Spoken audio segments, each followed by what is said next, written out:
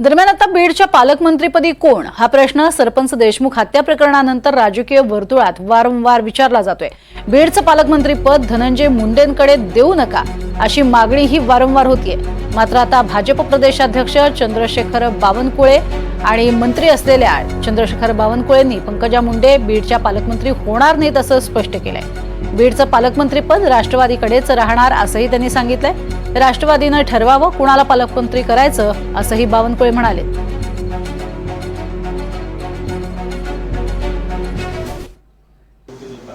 बीड जिल्ह्याचं पालकमंत्रीपद राष्ट्रवादीकडे हे पूर्वी होतं, आताही त्यांनी मागितलेलं आहे त्यांच्या यादीमध्ये।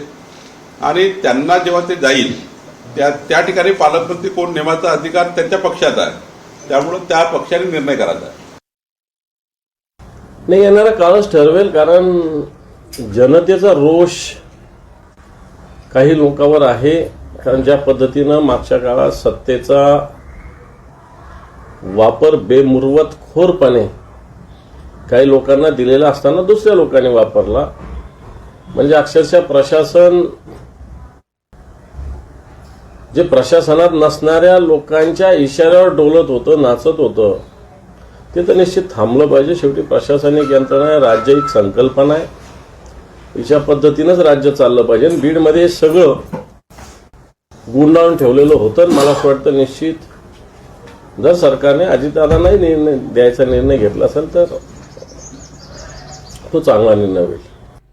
तर बीडचे पालकमंत्री अजित पवार व्हावेत हीच इच्छा असं यावेळेला खासदार बजरंग सोनवणे यांनी म्हटलेलं आहे। अजित पवारांकडे पालकमंत्री पद आल्यास समजेल असा एक प्रकारे त्यांनी इशाराच दिलाय। बीड जिल्ह्यामध्ये नेमकं काय घडतंय हे त्यांना समजेल असंही खासदार बजरंग सोनवणे यांनी म्हटलेलं आहे। बीडच्या पालकमंत्री पदावरनं चांगली चर्चा सध्या रंगली आहे।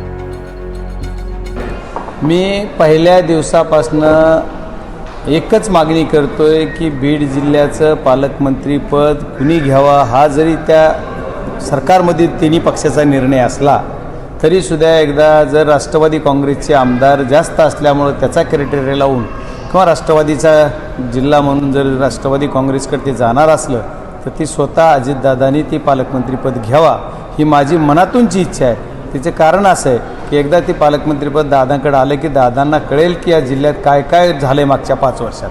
त्याच्यामुळे दादांनी जर स्वतः पालकमंत्रीपद घेतलं तर मी त्याचं कौतुकच करीन आणि त्यांचं स्वागतही करीन।